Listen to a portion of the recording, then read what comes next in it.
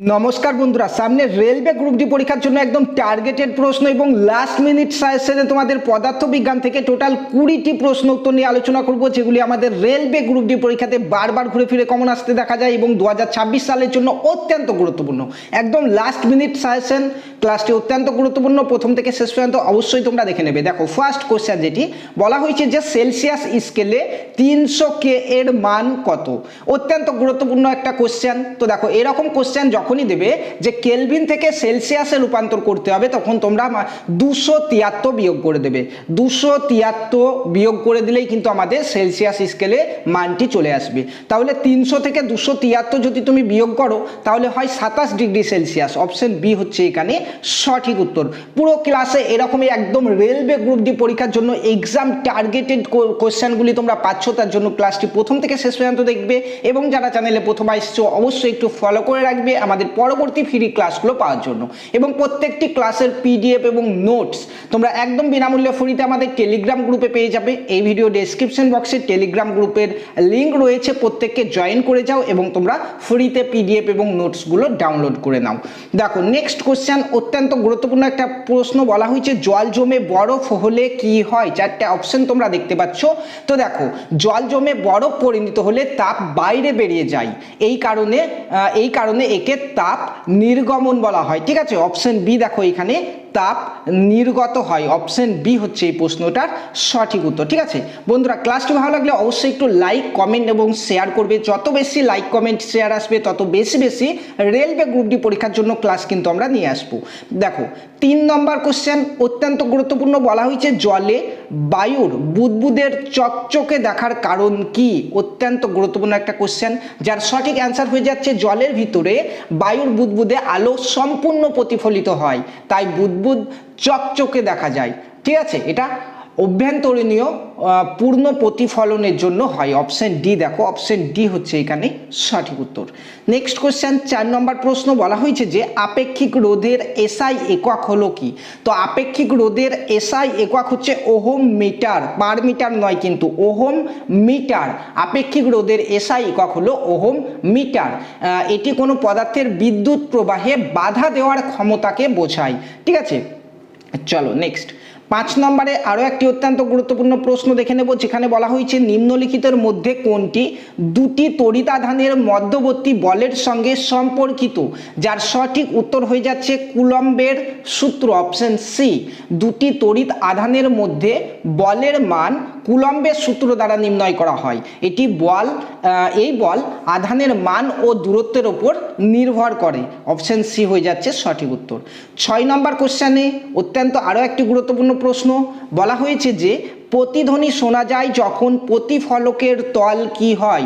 তো প্রতিফলকের তলের ক্ষেত্র বেশি হয় যখন, তখন প্রতিধ্বনি ভালো শোনা যায়। প্রতিধ্বনি স্পষ্ট শোনার জন্য প্রতিফলক তলের ক্ষেত্রফল বড় হওয়া দরকার, তাহলে শব্দ ভালোভাবে প্রতিফলিত হয়।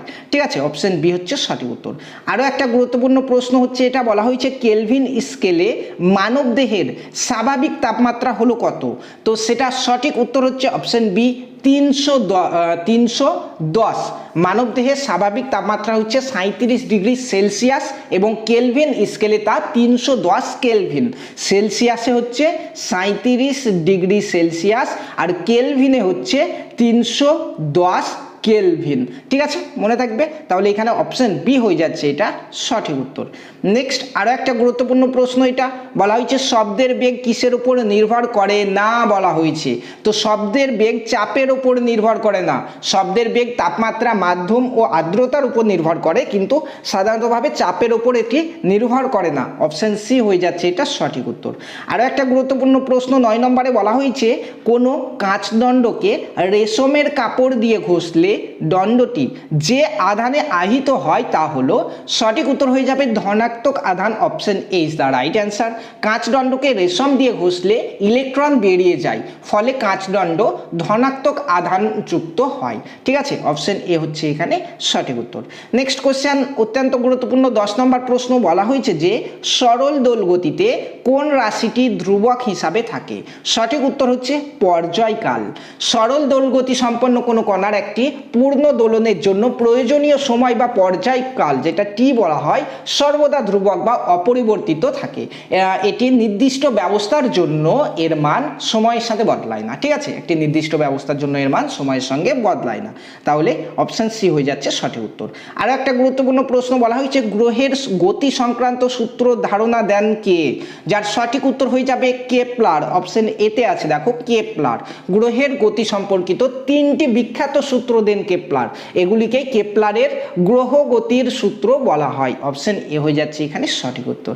নেক্সট 12 নম্বরে আরও একটা গুরুত্বপূর্ণ প্রশ্ন বলা হয়েছে, মাইকেল ফ্যারাডে আবিষ্কার করেন কি? তো সঠিক উত্তর হয়ে যাচ্ছে এখানে দেখো অপশন ডি হয়ে যাবে এটার সঠিক উত্তর, কারণ মাইকেল ফ্যারাডে তড়িতাবেশ, তড়িৎ চুম্বকত্ব সহ অনেক গুরুত্বপূর্ণ আবিষ্কার করেন।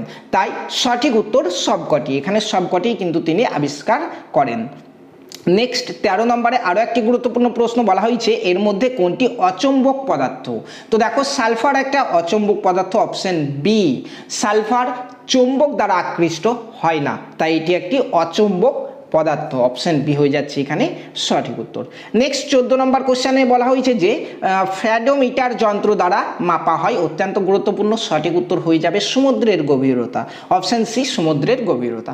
ফ্যাডোমিটার যন্ত্র দিয়ে সমুদ্রের গভীরতা মাপা হয়, এটি জাহাজ চলাচলে ব্যবহৃত হয়, জাহাজে ব্যবহৃত হয়। ঠিক আছে, চলো নেক্সট 15 নম্বরে আরও একটা গুরুত্বপূর্ণ কোশ্চেন দেখো, বলা হয়েছে নিম্নলিখিতর মধ্যে কোনটি ভেক্টর রাশি? এদের মধ্যে কোনটি ভেক্টর রাশি? সঠিক উত্তর হচ্ছে সরণ এবং ত্বরণ। সরণ ও ত্বরণ দুটোরই মান ও দিক আছে, তাই দুটি ভেক্টর রাশি।